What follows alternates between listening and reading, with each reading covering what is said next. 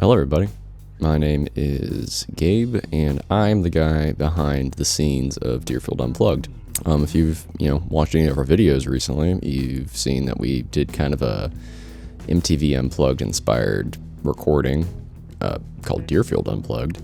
This video is going to be a behind the scenes look on how we pulled off Deerfield Unplugged, mainly focusing on audio, video.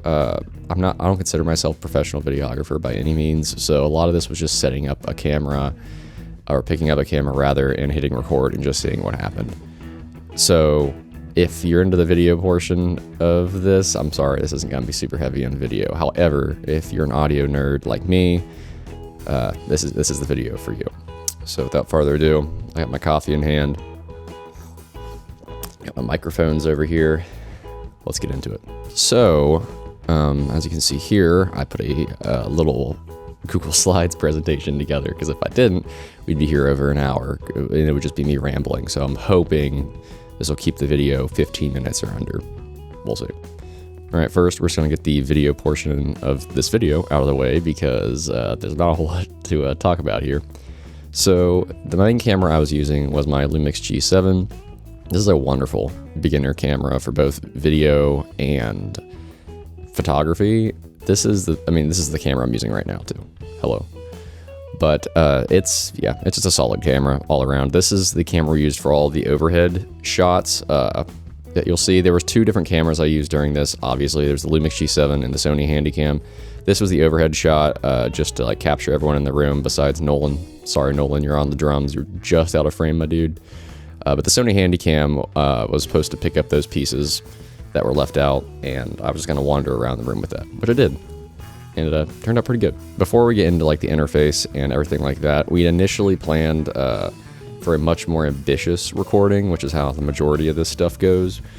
And we're going to be linking two of these interfaces, which is a Focusrite 18i20, together over ADAT. Now, if you don't know, Focusrite interfaces, as well as a lot of other interfaces, can be linked over ADAT to add inputs, just so you have more inputs. One interface is going to act as the slave interface, so it's not directly connected to the computer, and then it's going to be feeding into the main interface, which would have been mine, and we would have had up to 16 inputs, which would have been really, really cool.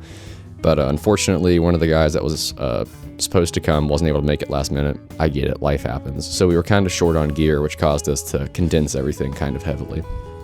And I can show you a little bit of an example of that. So this is a setup sheet I had made just ahead of time, so we can get the mics sorted and figure out what exactly we need to have on hand. So initially, like I said, we're going to have 16 total inputs that we could use. We're going to use 14 of them. But of course, that didn't happen, and that's okay. The recording still turned out freaking awesome.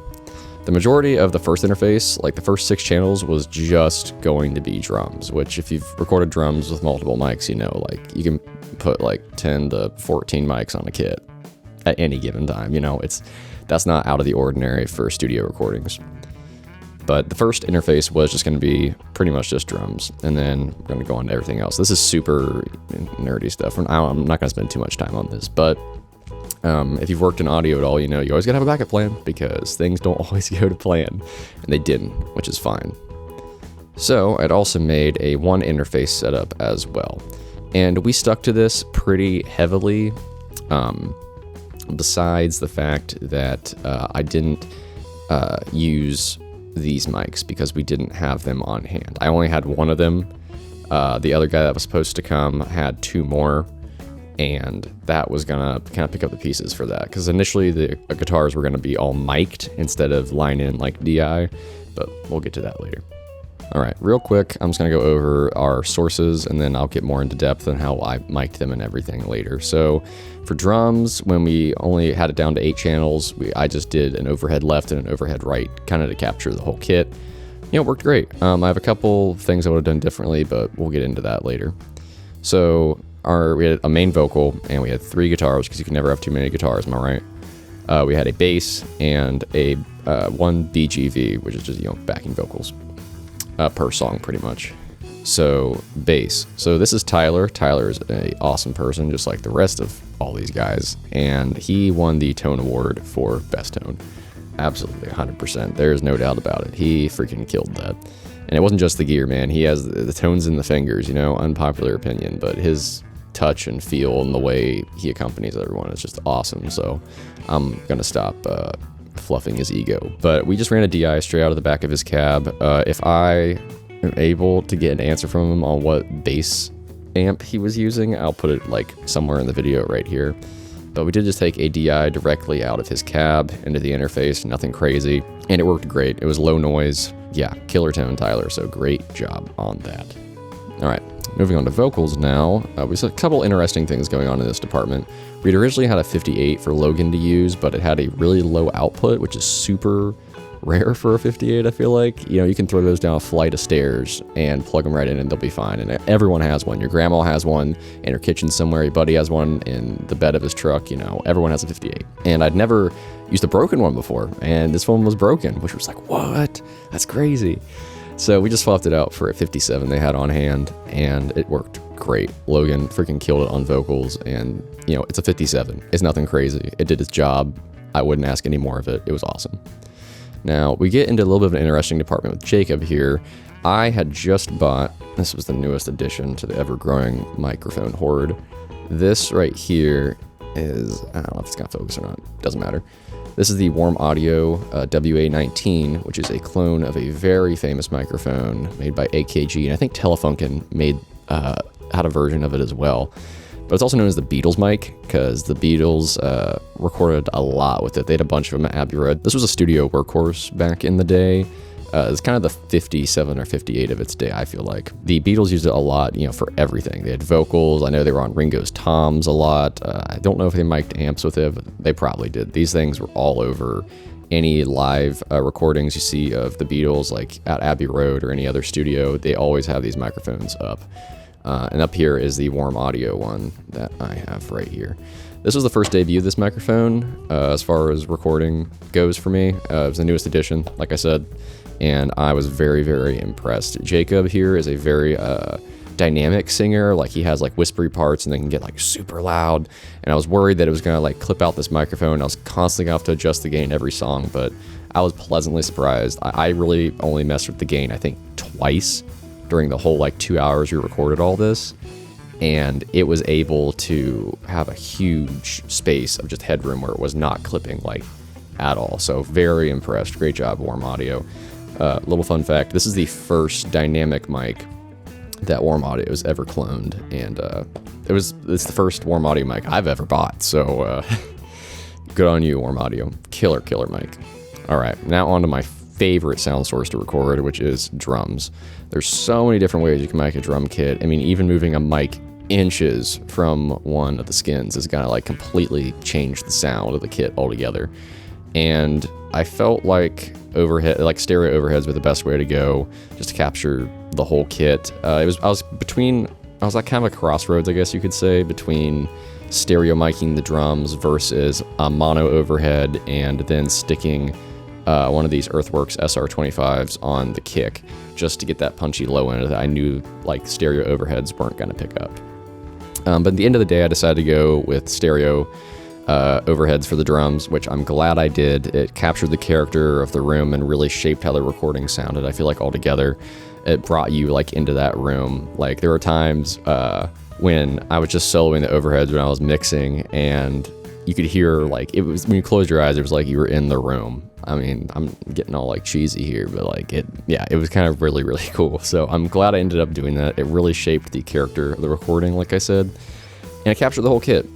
So as far as things I would have done differently with the overheads here, I probably would have dropped them another 6 to like 10 inches, maybe closer to the kit. The room was a little, roomy, and we were running a PA, so I had a hard time kind of boosting them, just because we get too much bleed from the PA in the room, which the PA was a necessity to getting the best performance we could do, and I knew that going in, and I was going to deal with like bleed into the other microphones, which is fine because the recordings turned out flipping awesome. So it really wasn't a problem at all. However, I did have to watch how much I gained up the overheads, just because that we get too much bleed, too much room sound. And I feel like if I would have brought the mics a little closer to the kit, we could have definitely cut down on that a little bit. Nolan is an amazing drummer, and he was just serving the songs. So if he was playing quieter, I should have like gained the mics up a bit, dropped them a bit closer, but I didn't. It's fine. Everything worked out. But looking back, I would have definitely dropped them a little closer to the kit just to get the drums a little more tight, you know? So on to guitars. So initially I had planned on miking each guitar individually. I felt like that would probably be the best way to go about it, just because I prefer a mic'd guitar over a DI'd acoustic guitar any day of the week. And that goes for pretty much any acoustic instrument that has a pickup built in. I'll talk in more about that, you know, later, but right now, just to get the basics out of the way, I DI'd 2 of the guitars, mic'd 1. And I didn't mic the guitar itself directly, I actually mic'd the amp, which is Wyatt right here. This is Wyatt's Boss Katana. I think it was a 100, I don't remember. Boss Katanas are flipping awesome. If you've never played one, highly recommend. They're completely worth the price, and I see a lot of gigging musicians using them these days because, you know, they're not expensive, they do their job well, and they're, you know, light in comparison to like the Blues Junior you're hauling to your gig every day. But yeah, Boss Katana's flipping awesome. And I mic'd it using a Sennheiser 609, which I have right here. And it was great. This isn't gonna blow you out of the water. I'd say it's probably more closely related to like a 57 or 58. When you put it up on a source, you know it's gonna do its job and nothing more, nothing less. And that's all I could ask for. And these are awesome too because you don't need a stand to use them. You can just put them through the handle of the amp and drop it like wherever you want, like in front, and it just lays across the grill. And I've never had any problems miking it that way. But I did do DI for Nick's guitar and Joey's guitar back here, and they worked fine. It was fine for the recording. However, mini rant time. This is a personal opinion, and some people might disagree with me, but you know, oh well, this is the way the world works, right? So 9 times out of 10, I would mic an acoustic guitar over taking a line-out signal from the pickup. Now, this is a preference thing, like I was saying, it's really nothing crazy. However, I don't know, the mic just sounds better.